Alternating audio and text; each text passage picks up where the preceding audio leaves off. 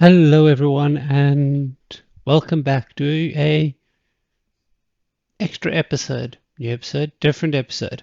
Not following a series per se, but I get the distinct feeling that you guys don't know what you want. Mostly on the 50-50 poll as to the next um as to which campaign we're going to play next. So a big decider, I realize, for people is what factions you get to see, not necessarily just the campaign itself. So I decided, much like I did for the Chaos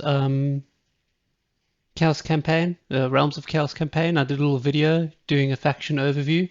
I'm going to do the same for Immortal Empires. We did a lot more, so the video might be a touch longer. It's nothing extensive, just an idea of what you're going to get to see. I've played a fair few of these, just a little bit. Others I've watched other people play because I also like watching Total War content. Um, sometimes my friends have played them. River plays Total War lots, so I've watched him. So we'll just give a quick overview in I say no particular order. The game's already given us an order, so we'll do that.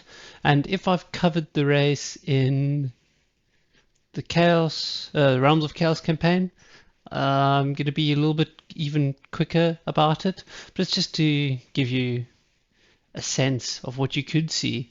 Because once we decide on a campaign, the next poll will be what faction you want to see. So if you want to see a faction that's here, but not in the Chaos Realms, you should vote for Immortal Empires. If you don't care, you should vote for either, or if they're present in either. Um, that kind of thing. So every faction here, every faction in the Chaos Realms is also in Immortal Empires, but Immortal Empires has all the factions from all the games and all their DLC, which is cool. It's a huge map that when you start the game, it's something like 270 odd turns that it needs to go through. That should give you an idea of how big it is compared to the Chaos Realms. So we start off with the Beastmen. So Beastmen, we've got all Karak, Malagor, Morgor, and Taurox. Um, and basically how the Beastmen work is they have like a cap on certain units. You can spend their special currency to hire the cap, but they don't have many cities per se. What they do is they plonk down a stone and then they raise the surrounding cities, which gives them points, and you then have a little festival, everyone gets happy, and you get more of that currency which you can use, I guess it's dread, use to then spend on technology, spend on upgrading unit caps, and I think special items, though I might stand corrected on that one, can't quite recall. Um, well, I've encountered, you might remember having encountered Morgul in the co-op campaign. Um, Unholy Angel Kyle was having to deal with him, and he was like, I think he ended up having something insane like 90% melee reduction, or was that Carrot? It might have been Carrax. Don't know now. He encountered one of them, and they just had absolutely insane damage reduction, and was being unloaded on by a couple of squads of rattling gunners and just took 0 damage. And we've got Bretonia, which is basically, despite the name, I think they're more French inspired with the French knights. It's a very big cavalry focus, empire kind of army. Busy fighting. I think we've just fought them off a couple of times in the co-op episodes you would have seen this week and possibly last week. Can't quite remember where we are at the releases. They're all up near the Empire, if I'm not mistaken. Oh, I am mistaken. So they're all over the shop. Repants you would have seen giving River a hard time in the co-op campaign as well. And just for reference, the co-op campaign is currently Mortal Empires. Demons of Chaos, you've seen them, you know them. So I'm playing as in the current co-op campaign. Build a demon, build an army.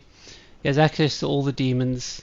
He starts at the top, far away from my allies, as I learned. He has access to all the demons, all the greater demons, and you get unlocked demon parts as you give gifts to people which you can equip to change your demon around. Then we've got Dark Elves. They're like elves, but a bit eviler. They also start all over the show. We've got a big mechanic around Hagri, for you guys might remember all Malleus and the goddamn pains he caused us. But they have quite a... They've got an interesting... Oh, I don't know if that's okay to see. They have pretty strong roster all around. They've got access to a couple of nice beast units, depending... I think Relcath I've played with a little bit. Is that his name? Where is he? Where is he? No, this guy, Rakath. Dragons, all obey me. If you recognize his voice actor, he's from Game of Thrones. What's his name? The really evil guy that tortured the guy and chopped his man parts off. It'll come to me. Bolton, Ramsay Bolton, that's it. The voice actor of Ramsay Bolton's actor is the voice actor for Elkath. But they have slaves. You can use the slaves for special effects to affect your settlements. And yeah, pretty strong faction. Always pretty. I need to stop clicking there. Always pretty fun to start. They also get something called Dread Arcs, which are like super boats, a little bit like ogre camps. You can recruit from them. They give you special abilities when you're in their reign of influence, but obviously they can only be in the water, being boats and all. And we've got dwarves. Dwarves, we all know dwarves. Stock and stone of every fantasy game. Heavily armored, very strong. They've got some interesting tech. I don't think they have magic users. They have rune lords, which is like their own type of magic, and I think they all have an innate magic defense. And probably the most notable thing about them is they've kept this big book of grudges. Anytime anyone does anything bad against a dwarf, they write it down, they remember, and they will get even. Or try to. Then we got the Empire. Empire is kind of more like England, or old England. Got some magic people, got some standard peasant armies, and then you got your normal kind of armies. Not really any beasts, but they do have some cool tech, war wagons. I think they've got some cool artillery, and they've got the steam tank. But an interesting faction. We've just fought off, or we will be engaging with Karl Franz shortly in the co-op campaign, where we landed kind of in Bretonnia Empire territory, and they didn't take too kindly to our presence as being a demon and all, and Karl is hunting us down, and I'm terrified. I'm really terrified. We've got Grand Cafe, you know the Grand Cafe, you've seen them in my single player campaign. Very strong faction. Their base units are just general good all-rounders. Their range is pretty strong. They've got some sky balloons, some terracotta sentinels, and they've got pretty decent access to magic. Their whole mechanic is yin and yang.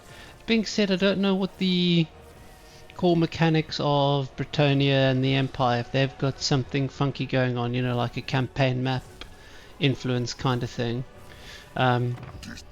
Greenskins, I've done a co-op campaign with River with these guys just for fun, and kind of regret not recording it because we've had some really fun moments. I'm on Grimgorn, he is on Skarsnik, and we've just linked up. I've gone across the Barrens and he's been fighting off the dwarves. So they've got a war, which is you set a target, and if you capture and hold the target for the duration of the war, you get faction-wide buffs, which is pretty cool. Orcs or greenskins are, well, they're angry, they have swords, they've got a bit of magic, they've got a bit of range. That's not where they shine. They like to get in there and beat stuff up. And then yeah, they've got access to some cool beasts, giants. Is that a manticore or it's a woven? I think they've also get these giant arcane constructs. Oh, not maybe constructs, they're like, what are they? They're like rock trolls or something. Where? I don't see it on the roster. But I've fought against them. I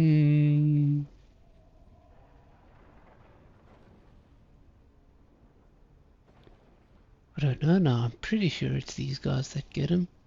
Not even under the extended roster. Never mind then. But yeah, they get some pretty cool stuff, and they're just a generally killy faction, like to fight. And as such, you do a lot of fighting with them. High elves, like dark elves, but less dark and more high. They have access to like a how do you call it? Like politics, basically. You can like put people in certain powers. You can influence each other. They're basically politicians, as like their campaign map kind of thing. Otherwise, just steady all round roster as well. Big shields, fairly strong infantry. Reasonable cavalry. They've got access to some dragons. I think one of them, where is he? Is it Imric? Yeah, he's got like a big mechanic involved in getting as many dragons as possible. Also have access or easier access to the Sword of Cain, which is a really strong item. I've never used it yet, but for all of its plus sides, there's also downsides. So it's pretty cool. It's pretty interesting. Then we've got Khorne. We know Khorne. You play a Scarbrand. Very killy faction. You just like to run around, kill stuff. Your armies can replenish in foreign territory. And yeah, you don't capture settlements as Khorne corruption raises. Just raise settlements. Come to you. You collect skulls. You spend skulls on research and colonizing if you need to colonize. And the more you kill, the higher your blood gauge. The higher your blood gauge, the better buffs. Lower your blood gauge, I think you can start getting debuffs. So just a very killy army, and you have access to all of the Khorne units. Kislev, we know Kislev. We've still not unlocked this guy, which I believe I've learned is Boris. Oh, it says that it's Boris Ursus, which I think is Catherine's dad. Cool faction, ice magic, very hybrid focus. So a lot of their units have ranged, and then a reasonable melee as well. They have access to giant bears, which is cool, and they've got a little bit of artillery.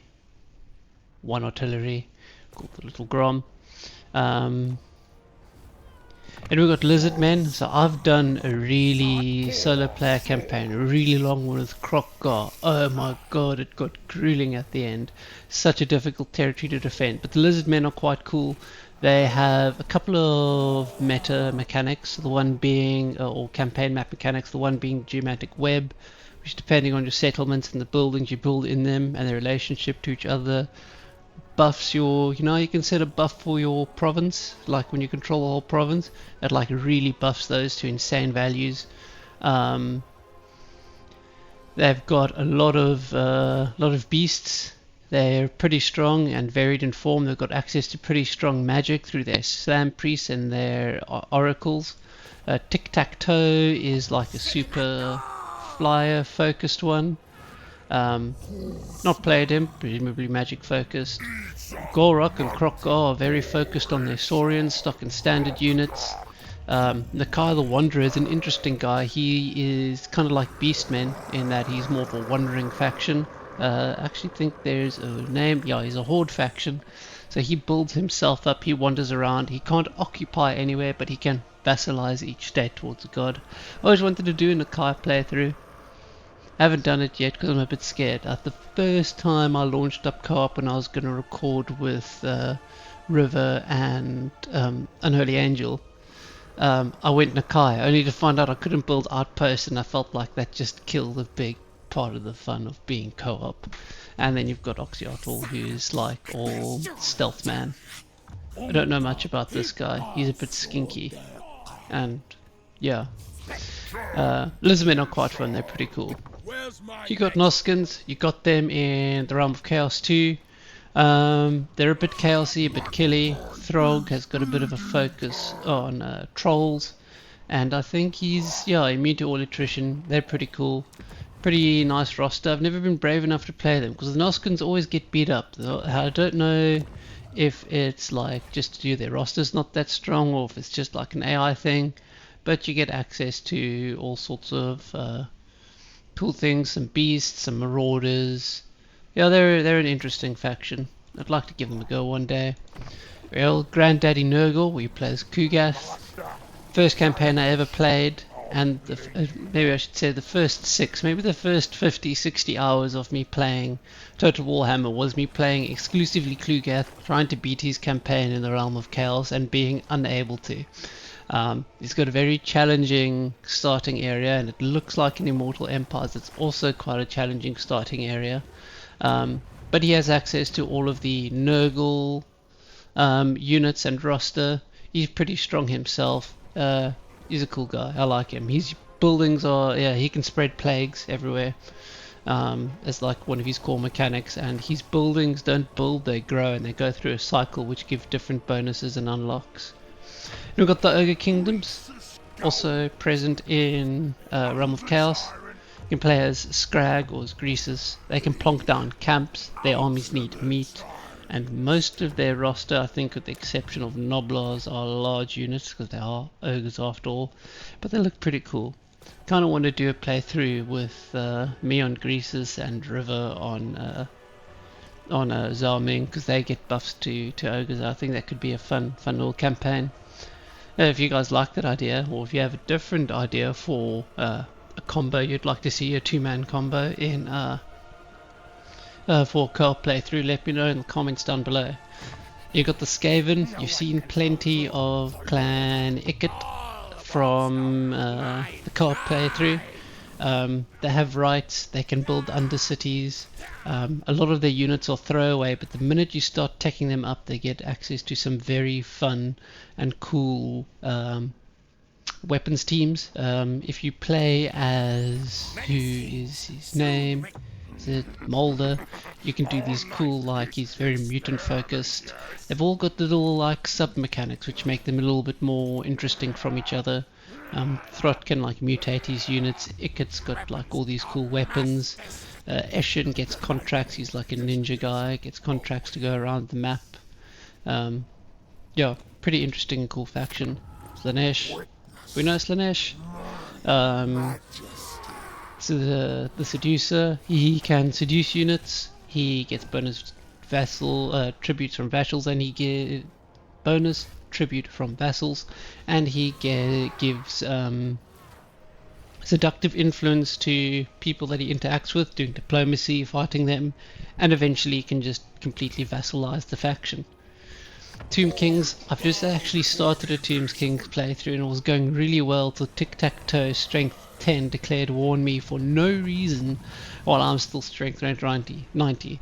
They're pretty cool. All of their armies have 0% upkeep and 0% cost to recruit, but like the Beastmen, they've kind of got caps on the units that they can, on their stronger units that they can order, that they can summon. So they've been very interesting, very in-depth. They start all over the shop as well. Actually big focus in the Southern Badlands. But they're pretty cool. They were some of the first races. They're kind of the ones responsible for turning that area into a desert. And I think they created the first vampire. Was it Archon who inadvertently created the first vampire? I think it was. And as such he gets some bonus units with vampires and vampire counts. Zinch, we know Zinch, president of the Chaos campaign. He has access to tons of magic. He's got some pretty cool units, has access to all of the Zinch roster, including People of Fate, Exalted Flamers, all that good stuff.